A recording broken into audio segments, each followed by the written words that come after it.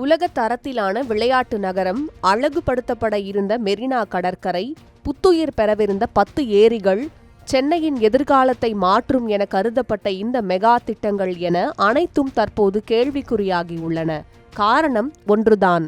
சென்னை பெருநகர வளர்ச்சி குழுமமான CMDA மீது குவிந்துள்ள சுமார் 3500 கோடி நிதிச்சுமை என அதிர்ச்சிகர தகவல்கள் வெளியாகியுள்ளன.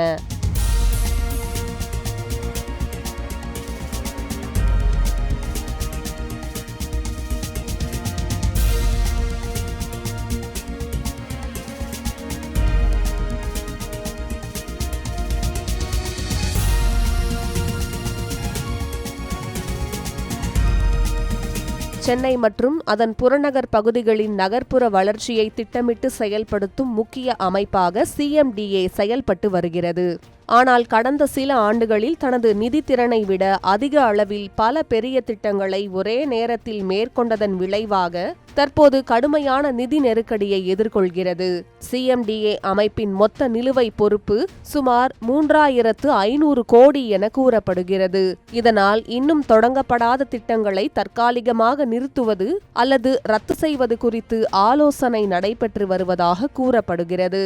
இந்நிலையில் செம்மஞ்சேரி அருகே 127 ஏக்கரில் சுமார் 261 கோடி மதிப்பில் சர்வதேச தரத்தில் உருவாக்கப்பட இருந்த குளோபல் ஸ்போர்ட்ஸ் சிட்டி திட்டமும் இந்த நிதி நெருக்கடியின் தாக்கத்திலிருந்து தப்பவில்லை. CMDA இந்த திட்டத்தை நேரடியாக செயல்படுத்தாமல் தமிழ்நாடு விளையாட்டு மேம்பாட்டு ஆணையத்திடம் ஒப்படைக்கும் வாய்ப்பு இருப்பதாக தகவல்கள் தெரிவிக்கின்றன. இதன் மூலம் திட்டம் முழுமையாக கைவிடப்படாமல் வேறு அமைப்பின் மூலம் முன்னெடுக்கப்படும் வாய்ப்பு உருவாகியுள்ளது.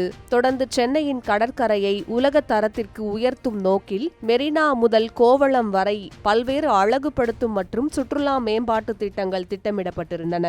மெரினா, எலியட்ஸ் கடற்கரை, உடைந்த பாலம், திருவான்மையூர், நீலாங்கரை, அக்கரை, உத்தண்டி, முட்டுக்காடு, கோவளம் உள்ளிட்ட பகுதிகளில் நடைபாதைகள், பார்வை மேடைகள், பொழுதுபோக்கு வசதிகள், சுற்றுலா உள்கட்டமைப்புகள் உருவாக்க திட்டமிடப்பட்டிருந்தாலும் அவை தற்போது நிதி பற்றாக்குறையால் நிறுத்தப்படலாம் என்று கூறப்படுகிறது. கலங்கரை விளக்கம் முதல் தீவுத்திடல் வரை சுமார் 2.5 கிலோமீட்டர் நீளத்தில் உருவாக்கப்பட இருந்த மெரினா ஹெரிடேஜ் காரிடார் திட்டமும் தற்போது முடங்கும் அபாயத்தில் உள்ளது. சென்னையை சுற்றியுள்ள 10 முக்கிய ஏரிகளை சுற்றுச்சூழல் நட்பு பொழுதுபோக்கு மையங்களாக மாற்றும் திட்டமும் தற்போதைக்கு முன்னேறாத நிலை ஏற்பட்டுள்ளது. இனி CMDA கட்டி முடித்த திட்டங்களை பராமரிக்கும் பொறுப்பை சென்னை மாநகராட்சிக்கு ஒப்படைக்கும் புதிய நடைமுறையும் அமல்படுத்தப்பட உள்ளதாக கூறப்படுகிறது.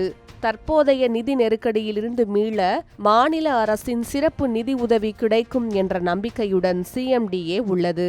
அதே சமயம் வெளிநாட்டு நிதி நிறுவனங்களிடமிருந்து கடன் பெறுவது உள்ளிட்ட மாற்று நிதி ஆதாரங்களையும் ஆராய்ந்து வருவது குறிப்பிடத்தக்கது.